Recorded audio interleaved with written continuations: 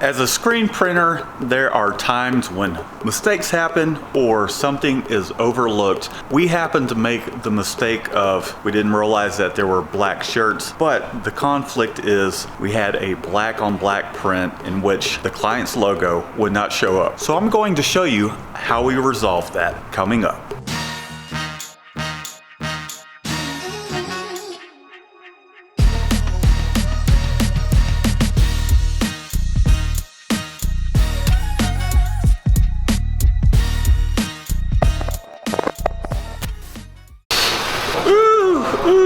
Ooh, it's bright. Ooh, golly.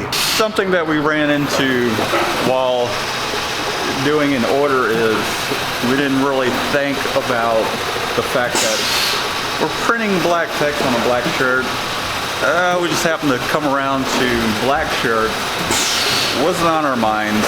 Mario caught it, thank God.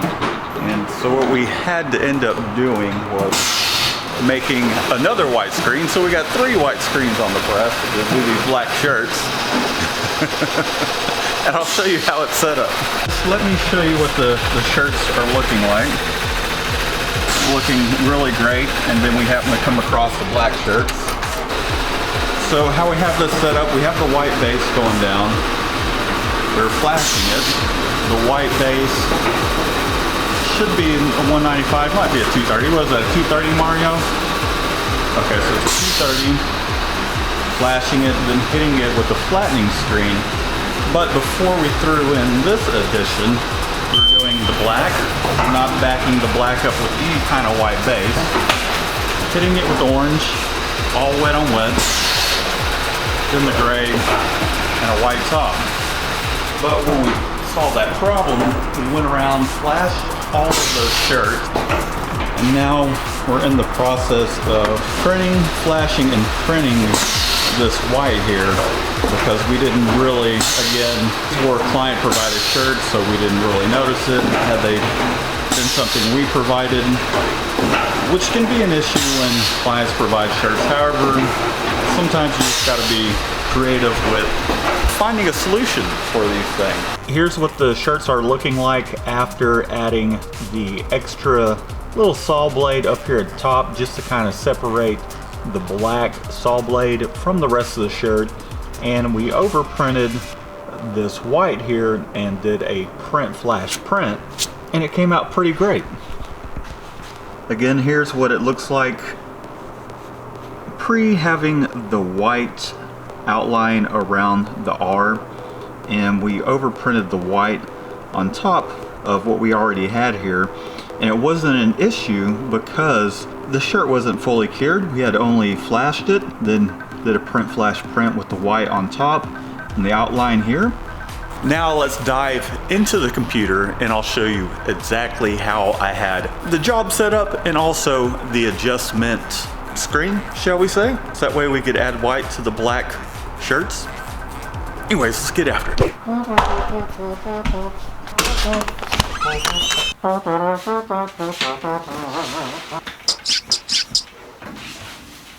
Shannon! I'm stopping now!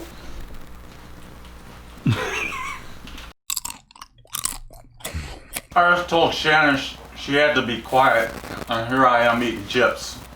I'm doing a bad job! So one thing I always recommend is to save your setup files. Here are, or the files that you're going to output your film with. Here is the file that we started out with, and I'll show you how it's separated and then how I went about adding the additional white in order to make the font ready, set, go, and this saw blade here just kind of really stand out on the black shirts. I mean, we needed it to be white, and we also needed to be able to see the saw blade a little bit. How we have this set up, we have each of these colors designated as a spot color. We have our orange, our gray, our black, and then we have our white top.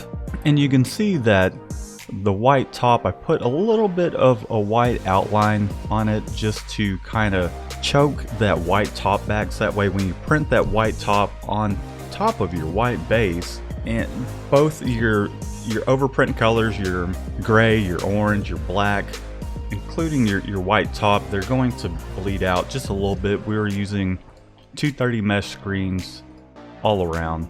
And that will just kind of help those colors from just kind of starting to mix together. It gives it a little bit of a separation so that way you can do everything wet on wet. And on a separate layer, what we have is we have our white base. You'll notice that we do have the orange and the gray choked back just a little bit. And we just accomplished this by using a little bit of a stroke. My white base, I normally like to use somewhat of a, just kind of a light cyan, so that way we can see how much we're choking it back. Again, this is all in Illustrator. We'll have a link down below, so that way if you don't have Illustrator, you can get it through our link and it will help support the channel. Again, we don't have any white base behind the black. We just let that black sit into the shirt itself. If you're in a situation towards where you like putting a white base behind your black, which I don't recommend, all you really would have to do is just tape off this black here and you should be good to go, even though this saw blade's really not going to show up. So it doesn't really work out that way. So here's what we had to, or what we came up with really, is this additional white that went on top. So we took the black and we just copied that over, put it on a new layer up on the top. And we ended up printing this out solely. Also took this little saw blade here and I just double clicked on this guy, took it, hit Command C, or you could do Control C if you're on a PC. And on our layer here, we'll just go ahead and demonstrate how this was done real quick. We'll make a new layer and we'll call it Test, just to kind of show you guys how to go about doing this. So we would take this, I'm going to hit Command F just to paste that in front. And then the next thing I did is I took the black from Ready, Set, Go. So I took that whole line, copied it, and I'm just double clicking out of this grouping. If you have a grouping, just double click and it will allow you access to these things, to these separate objects. Now let's go over to our test layer here. I'm going to hit Command F again. Again, if you're on a PC, just Control F, we'll just paste in front.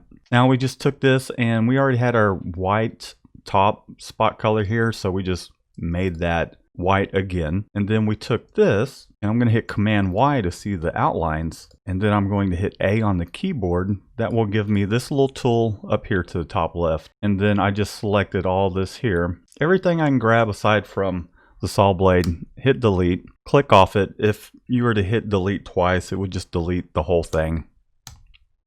So we don't want to do that. We grab every other little piece here that just doesn't really make up the outside part of the saw blade. I'm going to hit Command Y. Now we're left with a semi-finished object. So I'm just going to come over here and then just reverse that out. So that way it's just an outline. And then we just make that outline white. And we just sent this through our AccuRip that we have on our 1430, and we just sent the white top through. How this all ends up lining up is we use our template like religiously. So, and by saving the file, we could go back to it. We know everything's going to be in the same spot. We made our additional white, in which we still have the registration marks. All we had to do is pull the tape off those registration marks. No!